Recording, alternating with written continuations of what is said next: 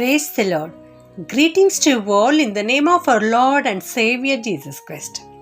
Today's Bible verse, Psalms 95 verse 7.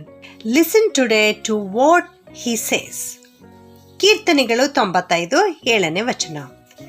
ನೀವು ಈ ಹೊತ್ತು ಆತನ ಶಬ್ದಕ್ಕೆ ಕಿವಿಗೊಟ್ಟರೆ ಎಷ್ಟೋ ಒಳ್ಳೆಯದು. ಇಲ್ಲಿ ಕೀರ್ತನೆಗಾರನು ನಮಗೆ ಉಪದೇಶ ಮಾಡುತ್ತಾ ಇದ್ದಾನೆ. ಏನೆಂದರೆ ನಾವು ದೇವರ ಶಬ್ದಕ್ಕೆ ಕಿವಿಗೊಟ್ಟರೆ, ಅಂದರೆ ದೇವರ ಮಾತನ್ನು ನಾವು ಕೇಳಿಸಿಕೊಂಡರೆ ಎಷ್ಟೋ ಒಳ್ಳೆಯದು ಎಂಬುದಾಗಿ ಇಲ್ಲಿ ದೇವರ ವಾಕ್ಯದಲ್ಲಿ ನಾವು ನೋಡುತ್ತಾ ಇದ್ದೇವೆ ಪ್ರಿಯರೇ. ಇಲ್ಲಿ ಈ ಹೊತ್ತು ಎಂಬುದಾಗಿ ತಿಳಿಸಲ್ಪಡ್ತಾ ಇದೆ. ಅಂದರೆ ಒಂದು ದಿನವನ್ನು ಗೊತ್ತು ಮಾಡಿದೆ. ನಾಳೆಯೋ ನಾಡದೋ ಯಾವತ್ತೋ ಒಂದು ದಿವಸ ಎಂಬುದಾಗಿ ಹೇಳ್ತಾ ಇಲ್ಲ. ಇದೇ ದಿವಸ, ಈ ಹೊತ್ತು ನೀವು ದೇವರ ಶಬ್ದಕ್ಕೆ ಕಿವಿಗೊಟ್ಟರೆ ಎಷ್ಟೋ ಒಳ್ಳೆಯದು ಎಂಬುದಾಗಿ ದೇವರ ವಾಕ್ಯ ನಮಗೆ ತಿಳಿಸ್ತಾ ಇದೆ ಪ್ರಿಯರೇ. ಇಬ್ರಿಯ 4:7 ನಾವು ನೋಡುತ್ತೇವೆ, ದಾವೀದನ ಬಾಯಿಯಿಂದ ದೇವರು ಮಾತನಾಡಿ ಈ ಹೊತ್ತೇ ಎಂಬುದಾಗಿ ಒಂದಾನೊಂದು ದಿವಸವನ್ನು ಗೊತ್ತು ಮಾಡಿದ್ದಾರೆ ಎಂಬುದಾಗಿ.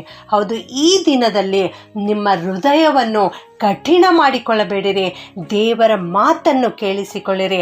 ಇಬ್ರಿಯ 3:7 ನಾವು ನೋಡ್ತೇವೆ, ನೀವು ಈ ಹೊತ್ತು ದೇವರ ಶಬ್ದಕ್ಕೆ ಕಿವಿಗೊಟ್ಟರೆ ಎಂಬುದಾಗಿ ಅಲ್ಲಿ ವಾಕ್ಯ ತಿಳಿಸುತ್ತಾ ಇದೆ. ಅರಣ್ಯದಲ್ಲಿ ನಿಮ್ಮ ಹಿರಿಯರು ದೇವರನ್ನು ಪರೀಕ್ಷಿಸಿದ ಹಾಗೆ, ದೇವರಿಗೆ ಕೋಪವೆಬ್ಬಿಸಿದ ಹಾಗೆ ನೀವು ನಿಮ್ಮ ಹೃದಯಗಳನ್ನು ಕಠಿಣ ಮಾಡಿಕೊಳ್ಳಬೇಡಿರಿ ಎಂಬುದಾಗಿ ಇಲ್ಲಿ ದೇವರ ವಾಕ್ಯ ನಮಗೆ ತಿಳಿಸುತ್ತಾ ಇದೆ ಪ್ರಿಯರೇ.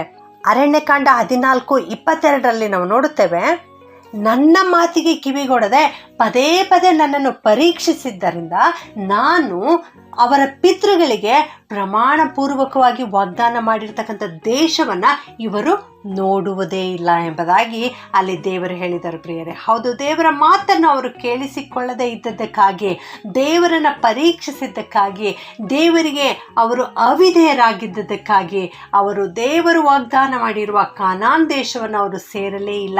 ಆದರೆ ಅವರ ಮಕ್ಕಳನ್ನು ದೇವರು ಕಾನಾನ್ ದೇಶಕ್ಕೆ, ವಾಗ್ದತ್ತ ದೇಶಕ್ಕೆ ಸೇರಿಸಿದರು ಪ್ರಿಯರೇ. ಆದ್ದರಿಂದಲೇ ನಾವು ದೇವರ ಮಾತನ್ನು ಕೇಳಿಸಿಕೊಳ್ಳಬೇಕು, ದೇವರ ಶಬ್ದಕ್ಕೆ ಕಿವಿಗೊಡಬೇಕು. ಒಂದು ವೇಳೆ ನಾವು ದೇವರ ಶಬ್ದಕ್ಕೆ ಕಿವಿಗೊಡದೆ ಹೋದರೆ ದೇವರಿಂದ ಬರುವ ಆಶೀರ್ವಾದದಿಂದ ನಾವು ವಂಚಿತರಾಗುತ್ತೇವೆ. ಆದ್ದರಿಂದ ಹಿಂದೆ ನೀವು ದೇವರ ಶಬ್ದಕ್ಕೆ ಕಿವಿಗೊಡಲು ಸಿದ್ಧರಾಗಿರಿ.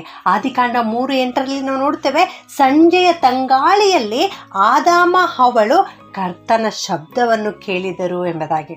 ಹೌದು, ನಮ್ಮ ದೇವರ ಶಬ್ದವನ್ನು ನಾವು ಕೇಳಿಸಿಕೊಳ್ಳಬೇಕು. ತಂಗಾಳಿಯಲ್ಲಿ ಆತನು ಮಾತನಾಡುತ್ತಾನೆ. ತಂಪಾದ ಗಾಳಿಯ ಮೂಲಕವಾಗಿ ದೇವರು ನಮಗೆ ಮಾತನಾಡುತ್ತಾರೆ. ಈ ತಂಪಾದ ಗಾಳಿ ಬೆಳಗಿನ ಜಾವದಲ್ಲಿ, ಅಂದರೆ ಸುಮಾರು 4 ಗಂಟೆಯವರೆಗೆ ಇದು ತಂಪಾದ ಗಾಳಿ ಇರುತ್ತದೆ ಪ್ರಿಯರೇ. ಆ ಸಮಯದಲ್ಲಿ ನಿಮ್ಮ ಕುಟುಂಬದವರು ಏಳುವುದಕ್ಕಿಂತ ಮೊದಲು ನೀವು ಎದ್ದು ಕರ್ತನ ಶಬ್ದವನ್ನು ಕೇಳಿಸಿಕೊಳ್ಳಿರಿ, ಕರ್ತನ ಮಾತಿಗೆ ಕಿವಿಗೊಡಿರಿ. ಕರ್ತನು ನಿಮ್ಮನ್ನು ಎಬ್ಬಿಸುವಾಗ ನೀವು ಎದ್ದು ದೇವರ ವಾಕ್ಯವನ್ನು ಓದುವಂಥವರಾಗಿರ್ರಿ, ದೇವರಿಗೆ ಪ್ರಾರ್ಥನೆ ಮಾಡುವಂಥವರಾಗಿರ್ರಿ. ಕರ್ತನನ್ನು ನೀವು ಸ್ತುತಿಸುವಾಗ, ಕೊಂಡಾಡುವಾಗ ಕರ್ತನ ಹೃದಯ ಸಂತೋಷಗೊಳ್ಳುತ್ತದೆ. ಎಲೀಷ ಪ್ರವಾದಿ ಕರ್ತನ ಶಬ್ದವನ್ನು ಕೇಳಿಸಿಕೊಳ್ಳಬೇಕಾದ್ರೆ, ದೇವರು ಏನು ಹೇಳುತ್ತಾರೆ ಅದನ್ನು ಜನರಿಗೆ ತಿಳಿಸಬೇಕಾದ್ರೆ, ಜನರು ವಾದ್ಯಗಳನ್ನು ಬಾರಿಸುವಂಥ ಸಮಯದಲ್ಲಿ ಪವಿತ್ರಾತ್ಮ ಅವನ ಮೇಲೆ ಇಳಿದು ಬರ್ತಾ ಇತ್ತು. ಹೌದು, ದೇವ ಪ್ರಸನ್ನತೆ ಅವನ ಮೇಲೆ ಇಳಿದಾಗ ಅವನು ದೇವರು ಹೇಳಿರುವಂಥ ಮಾತನ್ನು ಜನರಿಗೆ ತಿಳಿಸುತ್ತಾ ಇದ್ದನು. ಆಗ ಅವನು ಪ್ರವಾದಿಸುತ್ತಾ ಇದ್ದನು. ಸತ್ಯವೇದದಲ್ಲಿ ಬಿಳಾಮ ಎನ್ನುವ ಇನ್ನೊಬ್ಬ ಪ್ರವಾದಿಯ ಬಗ್ಗೆಯೂ ಕೂಡ ನಾವು ನೋಡುತ್ತೇವೆ. ಅರಣ್ಯಕಾಂಡ 23ನೇ ಅಧ್ಯಾಯದಲ್ಲಿ ಅವನು ದೇವರ ಸ್ವರವನ್ನು ಕೇಳಿಸಿಕೊಳ್ಳಬೇಕೆಂದು 7 ಯಜ್ಞವೇದಿಗಳನ್ನು ಕಟ್ಟಿಸಿದನು ಎಂಬುದಾಗಿ. ಆದರೆ ಈಗ ನಾವು ದೇವರ ಸ್ವರವನ್ನು ಕೇಳಿಸಿಕೊಳ್ಳಬೇಕಾದ್ರೆ ದೇವರು ಈ ವಿಧವಾದ ಯಜ್ಞಗಳನ್ನು ನಮ್ಮಿಂದ ಅಪೇಕ್ಷಿಸುತ್ತಾ ಇಲ್ಲ. ಆಡು ಕುರಿಗಳ ಯಜ್ಞವನ್ನು ನಮ್ಮಿಂದ ಅಪೇಕ್ಷಿಸ್ತಾ ಇಲ್ಲ.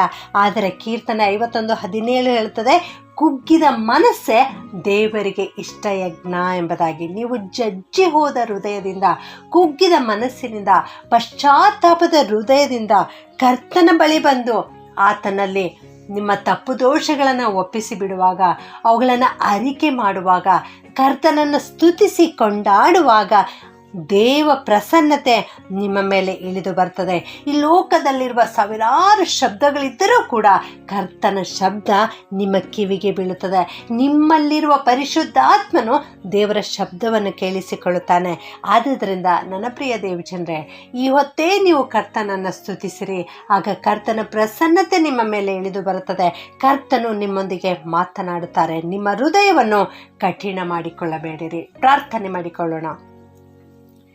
ಭೂಪರಲೋಕಗಳ ಒಡೆಯನಾಗಿರುವ ನಮ್ಮ ಪರಲೋಕದ ತಂದೆಯಾದ ದೇವರೇ, ನಿಮ್ಮನ್ನು ಕೊಂಡಾಡುತ್ತೇವೆ ಸ್ವಾಮಿ. ನೀವು ಪ್ರೀತಿಸುವ ದೇವರು, ಕರುಣಿಸುವ ದೇವರು, ನೀವು ಮಾತನಾಡುವ ದೇವರಪ್ಪ. ಅದಕ್ಕಾಗಿ ಸ್ತೋತ್ರ ತಂದೆ. ಇಂದು ಕೀರ್ತನೆಗಾರನ ಮೂಲಕವಾಗಿ ನೀವು ಕೊಟ್ಟಿರುವ ಈ ವಾಕ್ಯಕ್ಕಾಗಿ ವಂದಿಸ್ತೇವೆ ಸ್ವಾಮಿ. ನೀವು ಈ ಹೊತ್ತು ಆತನ ಶಬ್ದಕ್ಕೆ ಕಿವಿಗೊಟ್ಟರೆ ಎಷ್ಟೋ ಒಳ್ಳೆಯದು ಎಂಬುದಾಗಿ ಹೇಳಿದ್ಯಲ್ಲಪ್ಪ. ಸ್ತೋತ್ರ ತಂದೆಯೇ. ಅಪ್ಪ, ನಾವೆಲ್ಲರೂ ಇವತ್ತು ನಿನ್ನ ಮಾತನ್ನು ಕೇಳಿಸಿಕೊಳ್ಳಲಿಕ್ಕೆ ನಿನ್ನ ಹತ್ತಿರ ಬಂದಿದ್ದೇವೆ ಸ್ವಾಮಿ. ನೀನು ಮಾತನಾಡಪ್ಪ. ನಿನ್ನ ಪ್ರಸನ್ನತೆ ನಮ್ಮ ಮಧ್ಯದಲ್ಲಿ ಇರಿಸು ಸ್ವಾಮಿ. ನಿನ್ನ ಪರಿಶುದ್ಧಾತ್ಮನಿಂದ ನಮ್ಮನ್ನು ತುಂಬಿಸು ಕರ್ತನೆ. ನಾವು ಮಾಡಬೇಕಾದ ಕಾರ್ಯಗಳನ್ನು ತಿಳಿಸಿಕೊಡು ಸ್ವಾಮಿ. ನಮಗೆ ಉಪದೇಶಿಸು ಸ್ವಾಮಿ. ನಮಗೆ ಬೋಧನೆ ಮಾಡು ಕರ್ತನೆ. ನಾವು ನಿನಗೇ ಕಿವಿಗೊಟ್ಟು ನಿನ್ನ ಮಾತಿಗೆ ಅನುಸಾರವಾಗಿ ನಡೆಯಲಿಕ್ಕೆ ಕೃಪೆ ಮಾಡು ಸ್ವಾಮಿ. ನೀನು ವಾಗ್ದಾನ ಮಾಡಿದ್ದೀಯಲ್ಲ ದೇವರೇ, ನಿನ್ನ ಮಾತಿಗೆ ಅನುಸಾರವಾಗಿ ನಾವು ನಡೆಯುವಾಗ ಲೋಕದಲ್ಲಿರುವ ಎಲ್ಲ ಜನಾಂಗಗಳಿಗಿಂತ ನಿಮ್ಮನ್ನು ಉನ್ನತಿಗೆ ತರುವೆನು ಎಂಬುದಾಗಿ ದೇವರೇ, ಈ ವಾಗ್ದಾನದ ವಾಕ್ಯ ನಮ್ಮೆಲ್ಲರ ಜೀವಿತದಲ್ಲಿ ನೆರವೇರಿಸಬೇಕಾಗಿ ಯೇಸುವಿನ ಒಂದೇ ನಾಮದಲ್ಲಿ ಪ್ರಾರ್ಥಿಸಿ ಬೇಡುತ್ತೇನೆ ತಂದೆಯೇ. ಆಮೆನ್.